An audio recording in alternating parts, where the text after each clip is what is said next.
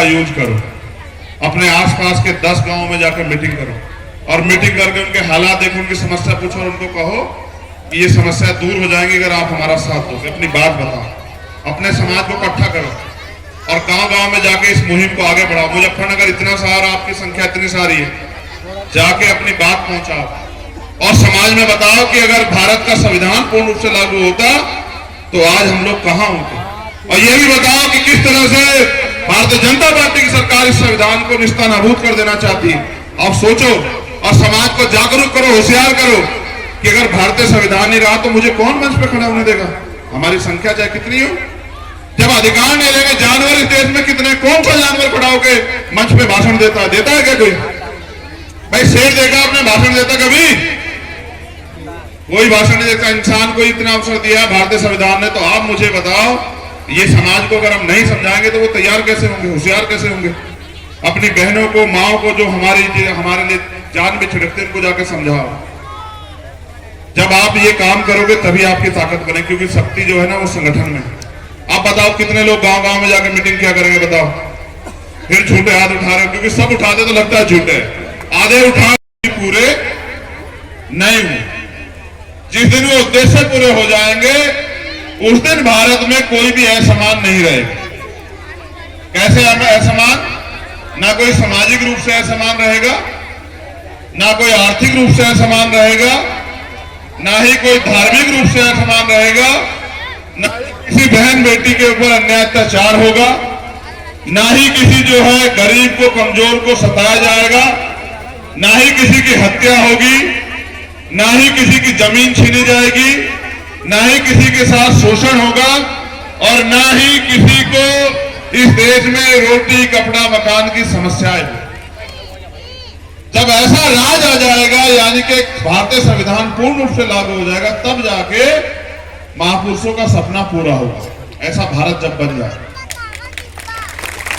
मगर ये ना तो ये तालियां बजाने से बनता और ना ही किसी को गालियां देने से बनता और ना ही रोने से बनता, ना चिल्लाने से बनता। ये बाबा साहब अम्बेडकर अपने पूरे जीवन के संघर्ष का निचोड़ हमें वोट के रूप में देके गए कि भाई मैं तुम सब लोगों के हिस्से में वोट देके जा रहा हूं। इस वोट को जोड़ के प्रधान से लेकर प्रधानमंत्री बना के अपनी सत्ता स्थापित करना और सत्ता के बलबूते जो परेशानियां तुम्हारी जिंदगी में उनको दूर कर लेना। लेकिन क्योंकि हम लोग अभाव में रहने वाले लोग हैं, आर्थिक रूप से कमजोर वर्ग के लोग हैं। देखो इसका उदाहरण देखो, आज भी लोगों के यहाँ बड़ी बड़ी स्टेजों के मंच लगते हैं, हमारे लोगों ने ट्रैक्टर ट्रॉली जोड़ के मंच बना दिया। इससे पता लगता है कि हम गरीब वर्ग के लोग हैं। लेकिन अगर आप ट्रैक्टर ट्रॉली छोड़ के मुझे जमीन पे भी सम्मान देते तो आपके लिए तो मेरे खून का एक कतरा भी जो है वो लगाने के लिए मैं तैयार हूं, क्योंकि आज मैं जो कुछ भी हूं आपकी वजह से। मैं भीम आर्मी के कार्यकर्ता का धन्यवाद देता हूं, मुजफ्फरनगर के बहुत पुराने साथी है और मैंने इनका संघर्ष देखा। मुझे दूसरों का मिशन है और ये ईमानदारी से चलेगा। इसे सींचने के लिए, क्योंकि आजादी की लड़ाई है। आजाद तो देश 1947 में हुआ, लेकिन हमें आजादी मिली 1950 में, जब संविधान लागू हुआ और हमें बराबर के अवसर मिले, समानता की बात आई। तो उस आजादी को बचाए रखने के लिए, यानी कि एक नई क्रांति को जन्म देने के लिए हमें अपने खून से इस मिशन को सींचना पड़ेगा। क्या आप अपने महापुरुषों के मिशन को खून से सींचने के लिए तैयार हो? अगर तैयार हो तो मैं आपसे वादा करता हूं कि 10 साल के लिए मेरा साथ दो। मैं आपसे 1000 साल, 500 साल नहीं मांग रहा हूं, मात्र 10 साल मांग रहा हूं। 10 साल एक माँ बाप अपने बच्चे को पढ़ाते हैं, वो 10वीं पास नहीं होता। मैं आपसे गारंटी से कहता हूं, अपने गुरु घर में खड़ा होकर, कि 10 साल आप मेरा साथ दो, मैं आपको 11वें साल का मौका नहीं दूंगा। मैं दिल्ली की गद्दी पे झंडे को लेकर जाऊंगा, मान्यवर काशीराम साहब के झंडे। मैं आपसे बड़ी बड़ी बातें नहीं करूंगा कि किला पलट दूंगा। मैं आपको ये कहता हूं कि इस देश में भारतीय संविधान पूर्ण रूप से लागू होगा और इंसान को इंसान माना जाएगा। जाति, धर्म, मजहब के नाम पे, पशु के नाम पे किसी की हत्या नहीं होगी और कोई गैर बराबर नहीं रहेगा।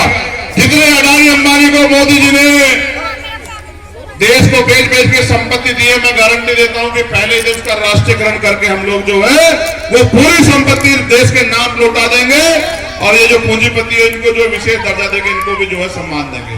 लेकिन आजाद भारत में आप गरीब क्यों कभी आप सोचते हो? आप गरीब इसलिए हो क्योंकि अभी मैं भारत पाकिस्तान उसका इंग्लैंड का मैच देख रहा था, जो सेमीफाइनल हुआ, आपने देखा नहीं देखा? हाँ, तो जब वो हो रहा था तो मैंने एक दिन पहले ज्योतिष साहब को भी सुना, 11 ज्योतिष साहब बैठ के बता रहे थे कि सारे योग देख लिए हैं, भारत ही जीतेगा। अंत भारत हार गया,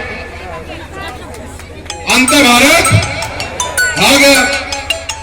तो जब अगर तुम भाग्य के भरोसे रहोगे ना, किस्मत के, तो आपके हिस्से में हार आएगी। और जिस दिन आप मेहनत करोगे ना तो आपके हिस्से में जीत आई, क्योंकि मेहनत कभी छूटती नहीं है। अगर आज एक गरीब प्राइमरी स्कूल के हेडमास्टर का बेटा यहाँ खड़ा बोल रहा है और आप उसके लिए जान देने के लिए तैयार है, तो ये सिर्फ मेहनत की देन है।